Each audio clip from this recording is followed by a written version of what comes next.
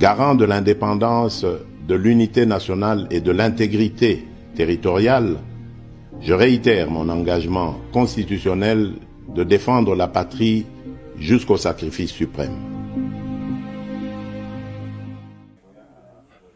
Mbote na balandi ya tindika télévision, merci na sepeli komo na bino lisusu lelo na bike bozale belé na pesita no ba mama ya na beka ba konza Liverpool na kata Angleterre momba, donc salam uti pa Saint Thomas par rapport évangile na lo baka soro monité kondimate bana Asie bana Europe mobimba bana Afrika bana Océanie, donc partout dans le monde ozolanda ngai okutanika nanga boyeba ke no eza Saint Thomas, parce que ça baninga ke no Saint Thomas bandi ilo bana bango Saint Thomas aye abandi déjà.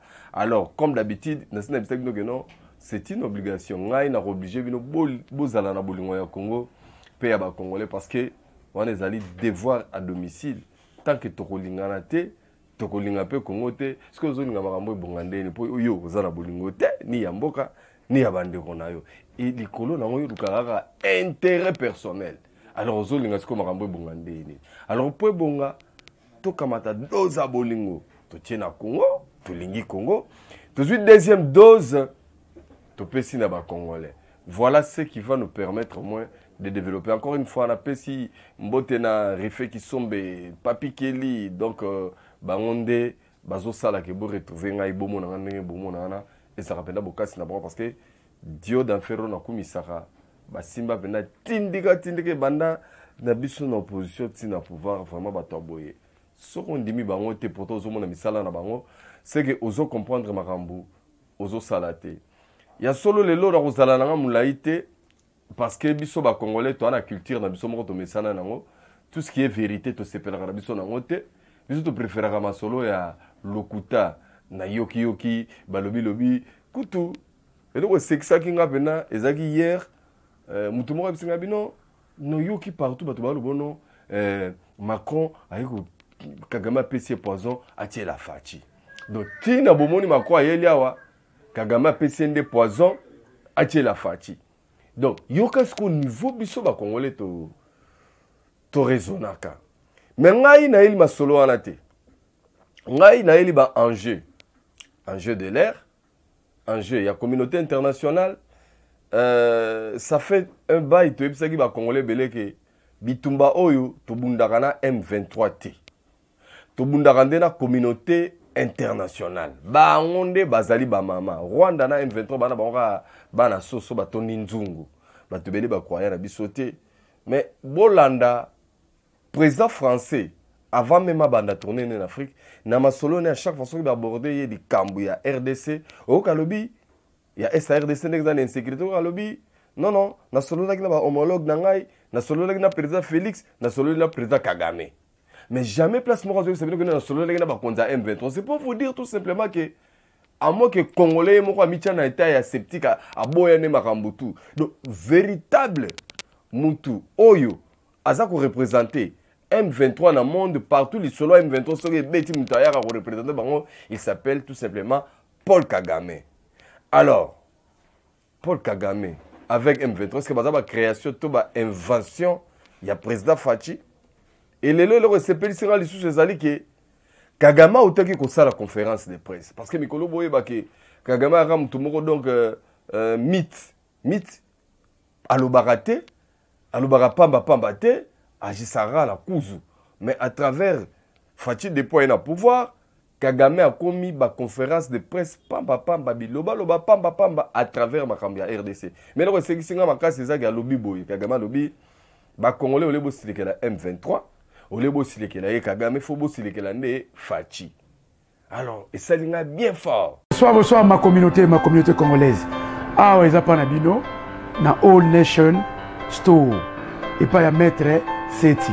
Tozote kabilo rolia oyo nanga naye bisonyo surtout toliaka tozali awa na Tottenham L na numéro 121 High Cross Road, postcode na N17 9NR sorry soko leki restaurant Deluxe Mana topé Deluxe Mana o leki muke pavement o mati ka biso o mona na suka wana ou soit so uti Bushcroft on a BISA 23, BISA 30, BISA 42, 76 et tellement cas juste à l'évolution de ou soit au Kitika na underground il y a Tottenham L, Ndeobeto Makolo, quand on est au restaurant Deluxe, Soroye, au monde abisso awa. Tout ça va produire surtout, tout ça va carton surtout, malangwa, tilapia, ngolo, malwa, soso, makayabu, pondu, bref, biloko surtout auto salango, en gros, comme en détail, ezali. Puis, vendredi, bandeko tout owa musulman. So si mosquée, tout ça fongomati souka, ti retard, ti ba 22h, ti ba 23h. Dimanche, bandeko na so ba Christ, de ba chrétien, tout ça awa. Boya pebino, tout ça zelabino, so si ba church, parking is free, boya, vous allez shopping namino, tout ça ti sous 22h. Delivery, et ça na link mo beto cher, so reçu link ango. Au cliquer au côté na kati ba produit dans surtout les kati fila basket na yo et puis au check out quand ning tout ça là na Amazon na Ticketmax na nyo surtout quand tout ça là au sami on a tout ça deux options tout ça delivery tout ça na pick up.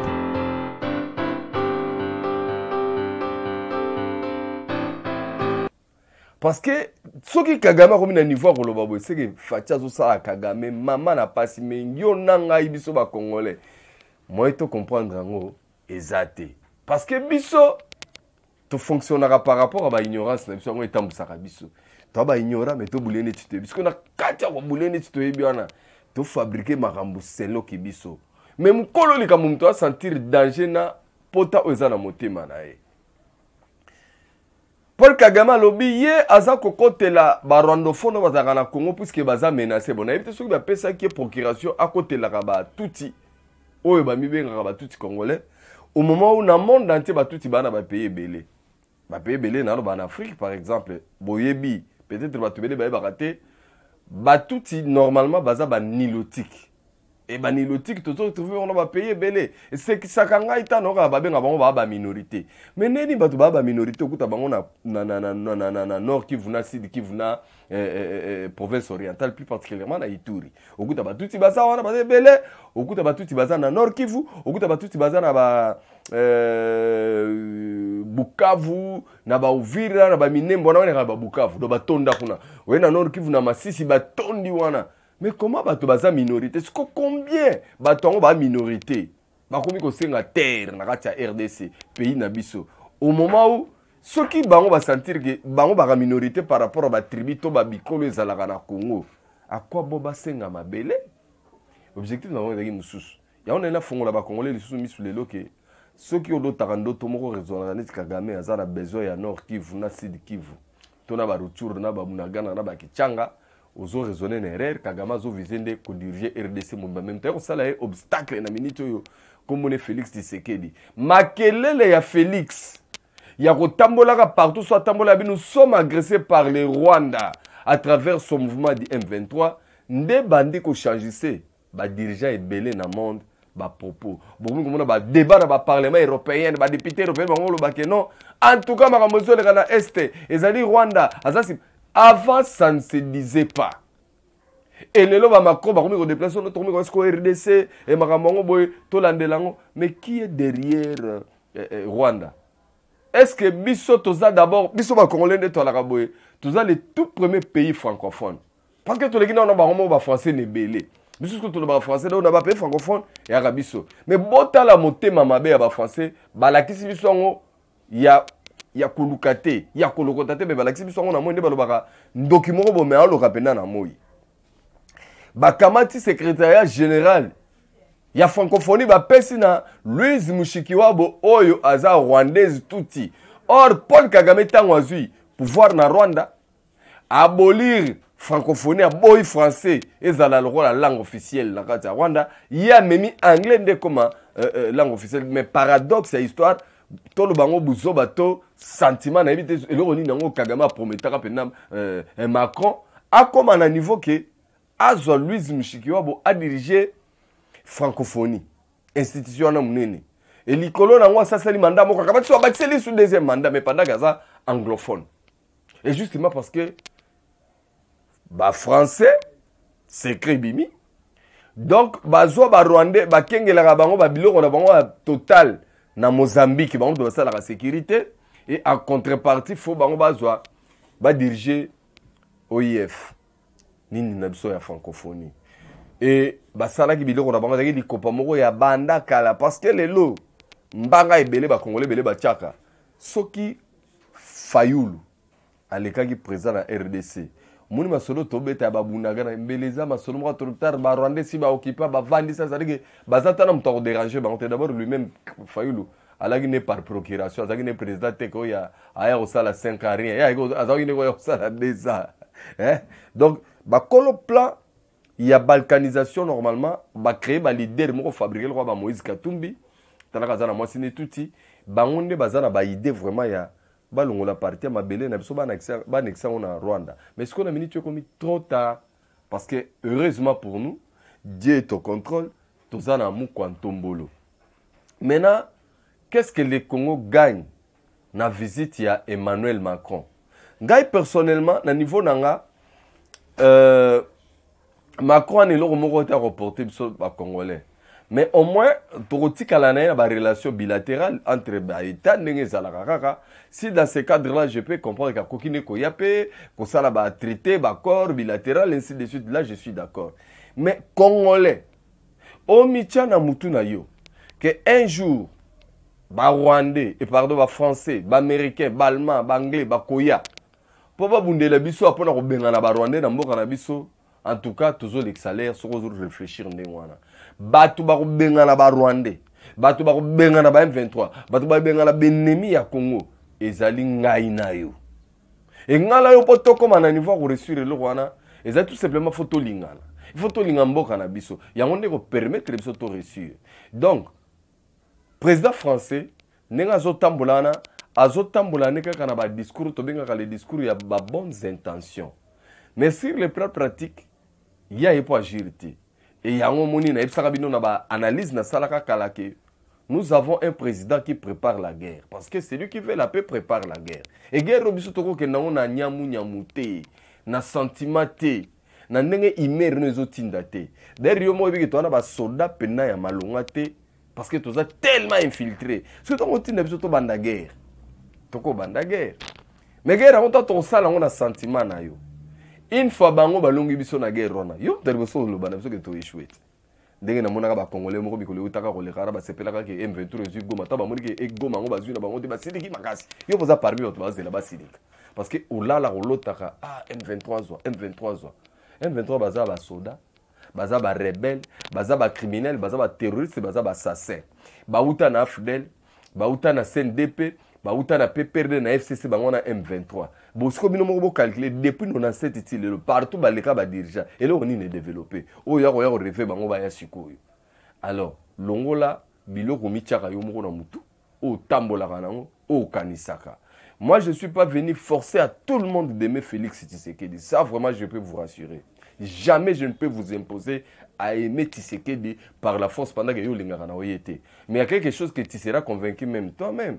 C'est-à-dire que c'est lui qui représente actuellement RDC. C'est lui le symbole de la nation. Ato Votagiyete, Ato Inaye, Ato Lingakanawete. Mais pour le moment, c'est lui. Est-ce que tant bango ba président na ba tozaki na papa yake alukaki dani Fayulu. Ndenge président Tilka yaka alukaka Fayulu. Ndenge ba ba yaka bango nyuso na ndenge makwa ya. Yo kia komona Fayulu, bango la kaka oyo lingaka te wana bango yango ka yemde bakane komona. Esiko yo nanga to suka wapi. To kozala ndenge nini. Ba oyo ba bi ko discerner, ba o ba bi ko calculer ba signe de temps, ba si ba comprendre que Europe est au bord de la crise. Crise ya makasi zo yela bango. Et ils ont vite compris que nous serons forts demain. Et nous serons forts comment? Tout simplement à travers unité. J'avais mes courage na mona ki ba congolais ba ken ambassade de France. Ba kei ko ganga ko chama kelele pour que Macron ayate. Et les colons n'ont pas simba qui bat drapeau, il y a baris. Ah mais un sentiment moro, il y a bien. Il y a bien. Mais ma petite question est abouée. Je ne suis pas contre les risques, je suis aussi pour. Mais à une seule condition. Est-ce que Moutounio soit tikali ko sa la lecture to ko tala moi malamu? Ba pays oyo ba sala ki ba coup d'état na zui Mali, na zui Burkina Faso, na zui Guinée. Ba wana ba zui ba militaire ba za ko diriger ba mboka ana avec soutien ya Russie. Mais est-ce que vie sociale ya ba population ba pays wana ekomi kitoko ekomi bien? On a des questions bien faut tout se poser parce que on peut vous faire rêver que quelqu'un viendra avec un bâton magique pour changer la situation na bino. Mais vous voyez comment on a une situation plus pire que Otoza nango lelo. Parlant na lobanini. Biso ba zairo to ba victime eloko wana eloko na loba oyo. Yo za no zairo te, yo za génération fidèle, yo bani ko na makambo politique tango fayulu, oyebaka na ngoto ki paka pe ngoto je te comprends. Mais moni biso ba zairo to za ba victime. Ba victime ande nini? Tellement Mobutu CCC kokugungbendu wazabanga lembisaki biso, baisaki biso. Non seulement biso, tina armée en moko bayaka parce que bato belé baye bakate, ba okaka lisolo pillage mais bato ba sala pillage ezalaka ba soda, ezalaka population te. Donc pillage en 91 ezalaki ras bol ya ba soda ex-phase, bango to ba pillaki 93 toujours bango. Et comme ezalaka, ceux qui bango ba sali pillage population tourner siko yepa kuti biloko na nzela sa nini aloko tate et puis biloko bango ba piller wana bakino tekela nani bakina ko tekela obele ba civil c'était normal. Alors biso tango to komona ke souffrance c'est komi makasi. Je suis très content yo za libanda ya mboka na biso makambo inflation ya biso a ndenge ba dollar ezo galoper yo mona na yo te. Peut-être on vivre mais biso ba Congo ya kilelo ndenge to aboye chaque jour on va façon dollar remata dollar comment mata dollar c'est bien zomata.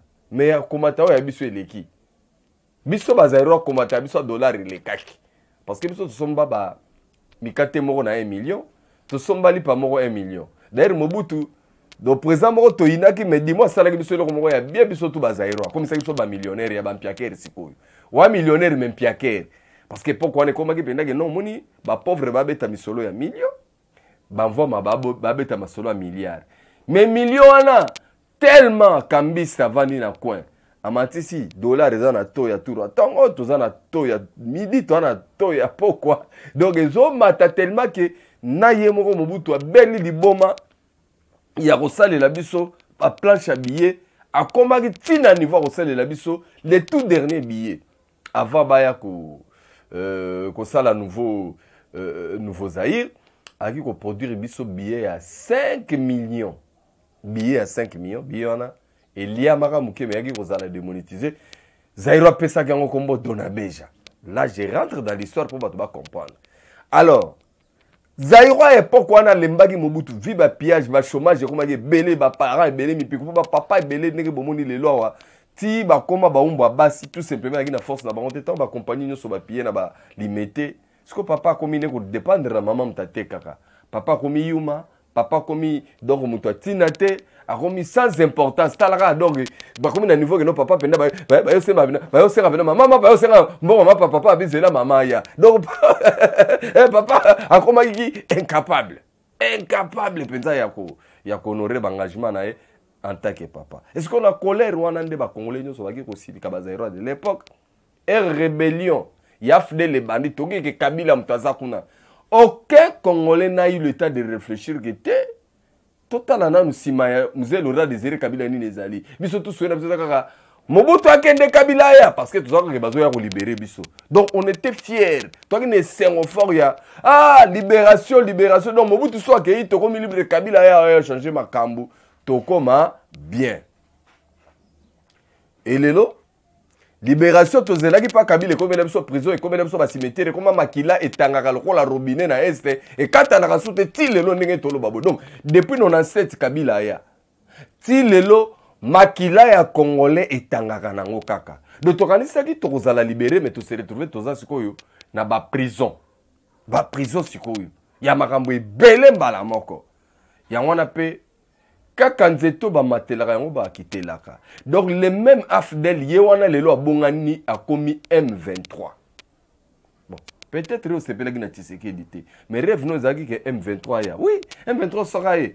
Ako manipuler ba tuna biso ba costume, ako manipuler ba tuna biso ba tanga trop, ba professeur, ba kopesa bango ba ministère, ndenge bazwaka ba poste na tango ba musée, ndenge bazwaka ba poste na tango ba Joseph. Mais qu'est-ce qui a changé après? Tu as vu qu'est-ce qui a changé? Rien. Mais tu sais que Dieu ce kolingi était. On a outil na Congo profond, na outil na kata ba village, na kemo na ba merveille. Tu sais que dans un niveau ya avec programme de ça, il y a 145 territoires. Donc pompe ya robinet ti deva case ya mutu donc ana pompe. okuti ba bâtiment bien construit, l'école ya kitoko mena kati ya ba village, ba centre médical ya kitoko, ba château d'eau ya mai, ba marché moderne. Donc, on sentir que avec ces bâtiments, na niveau village boye, et quoi aspirer développement.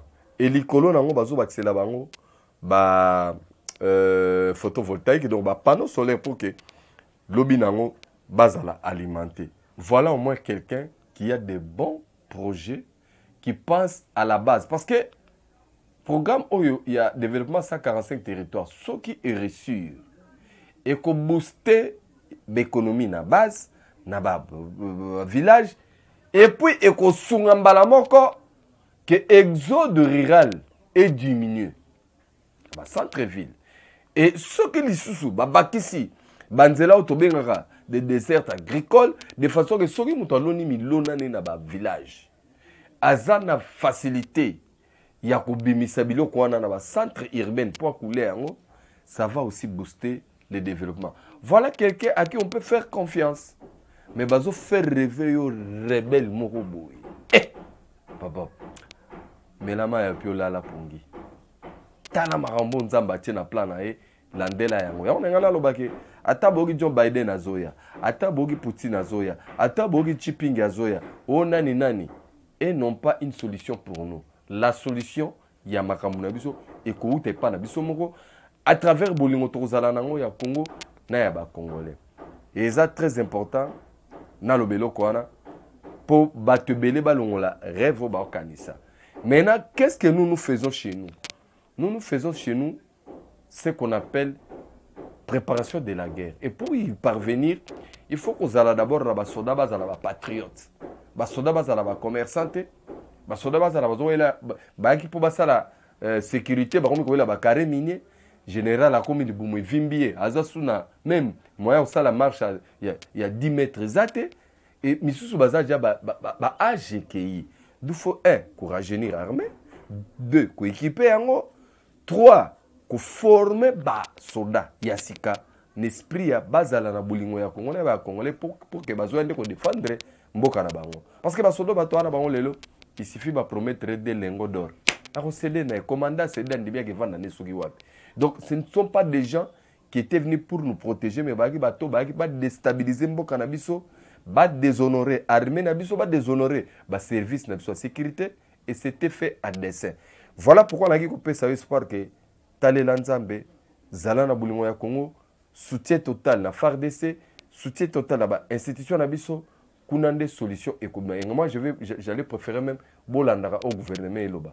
Parce que bato ba ra c'est ma solo mon pandi ya kuzwana ba tikala na ba discours. Mais solutions bazwaka na bango te. Donc l'état lokola zaka l'état bakoba ah ndenge nini bango bilana banani bazobuka buka boy bazobuka batu boy. Mais mobe kwa l'état ato boy mais babuki déjà. Tout le bato kapela, tout le bato nyangwe, tout le bato place tout ambiance ezalaka ba bimisa bako c'est pour la première fois na makamuto saka na Congo mutu le pan on est dans la limite mais le pan on komi kokola lokola mutu de le pan on ba kisaba âge au moni mutu agina niveau apusa na kama mais so ba cheka ta apusa nisus donc misus etikali muke ba koma do ba komo tout ande ba makadam ndenge bomona ki ba kino do mutu azo kendo teka mutu kele kawa pina mutu kawa me ya chebilo kone so ba bino moni biso souffrance eleki et toluke la bana sko banda balongola bango na balabala ba kufi non tout ni maraté ma be moko boy to la takaka poto aka ba congolais te ngala na ba gelelo no to leki mungwa to zuga mai to mi sopela mungwe dimine bato ba na ko ndima biso bato ba za confiance parce que to zomi be c'est la réputation tout ça le seul pays oyo soko ta même na ba YouTube to aka biso moko to finga mboka na biso réunion na ba réseaux sociaux ko critiquer tout mais cela ne se fait pas dans d'autres pays bon na habité biso soki démocratie et pas l'habitude ils ont bon nyamaï. Ils ont mal compris na évité mais ça c'était ce que j'avais prévu pour vous que Bozalane kia. Mikolo na moni faire des ça récupérer quelques villages quelques localités. Est-ce que so pandi on a ba na ba réseaux sociaux? Est-ce que so ebisi bat? Est-ce que so mettre ba total sur que non quelques villages faire des ces ils ont kan rien. Ils ont zera so gra M23 M23 zoya M23 kangi. Et noko. Au rapporte parole de M23 na ba Rwandais. Alors, calamité les jours à venir, vous allez démasquer. On a le lot na CDC, na tikibino na maboko en kolo, na pesi papi kelina refeki so mbote belé na pesi big manager na dido senga mbote belé Atom Sazalaki wana Biumbui, pourquoi pas Nelly Bolumbe. Alors balandi na nganyos surtout ba mama ya Liverpool ba konza Liverpool. Tous à l'ensemble bolingo ya mboka na ya ba congolais ko bossa na évangile te. Soro monité kondimate. To monani mikolo koya na même programme na même chaîne. Bye bye.